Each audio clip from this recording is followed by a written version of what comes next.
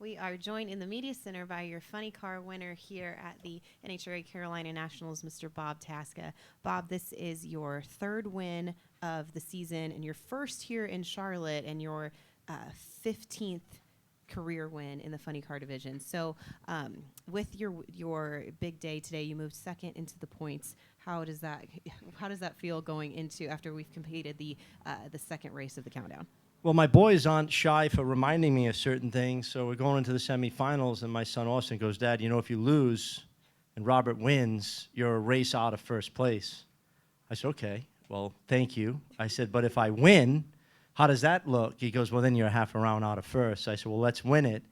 But it was a big win for our program. I said on TV, I wish the fans, all of them, could have had a live feed to my pit. Motor was half together, and they pulled a head stud, torquing the head down. The head stud came loose, and we had to swap the motor.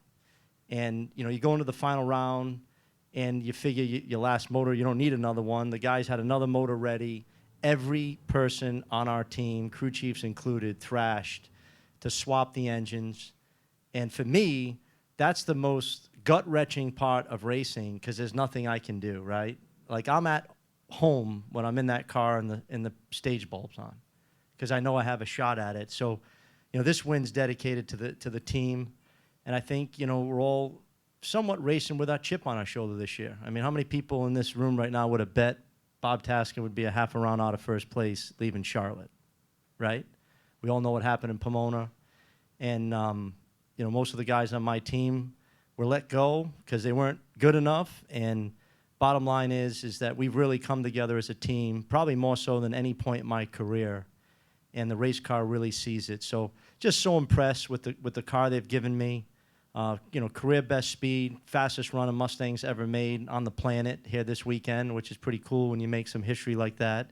And it's my last Bruton Smith trophy. I've always wanted to win at all the Bruton Smith tracks, and you know, I know he's smiling down from above, but I thought the world of his family. His daughter was in our pit just before we rolled out for the final round. So, you know, their family and our family are very close, and it's just really cool to have a trophy from every Bruton Smith track. As we come into these last four races here, we're start getting cooler. You made a big deal early in the year of learning how to run in cool races just for this situation. How about how that's played out? Yeah, I mean, you have no idea. Like, I've been a team owner for a while now, and I've had a lot of good cars, but I never had a car that could run when the conditions were throwdown. Never did. Just go back and look. And the harsh reality is, in this sport, if you can't run with the best when the conditions are the best, particularly with how they reset the points, you're just playing for second place, third place, fourth place, fifth place. I've been in all of those spots. And I, you know, hey, listen, we got a moonshot to win the championship from where we are, but I can assure you of this, there's nobody that pulls up alongside that motorcraft car now when the conditions are good and says, we can pull it back and we can beat them. Now, they may beat us, trust me, you know, by no means are we flawless, but you are not going to pull up next to that car and say, we're going to pull it back and outrun them. And that I haven't been able to say. So, you know, for that, Todd Okahara and Aaron Brooks, you know, I thought that the chemistry between those two would be good, and it was better than I thought. And the race car, you know, and our performance has really indicated that. So, hey, listen, can't wait to get to St. Louis.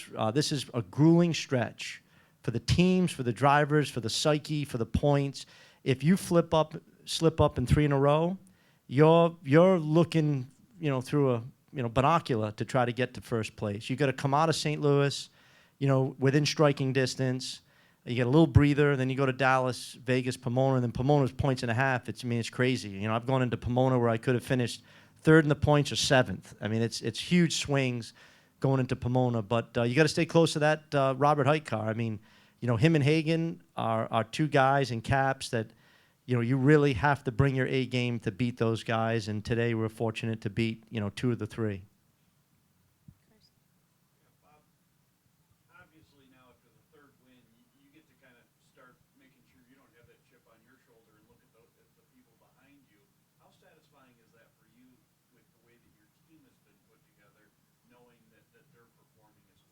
Yeah, I think it's motivating. You know, for me, you know, I live in a pressure cooker 7 days a week, whether I'm in my dealerships, negotiating with the banks, buying deals. I mean, I don't know any different, right? And I think the pressure, the level of competition, it only does one or two things. It makes you or breaks you.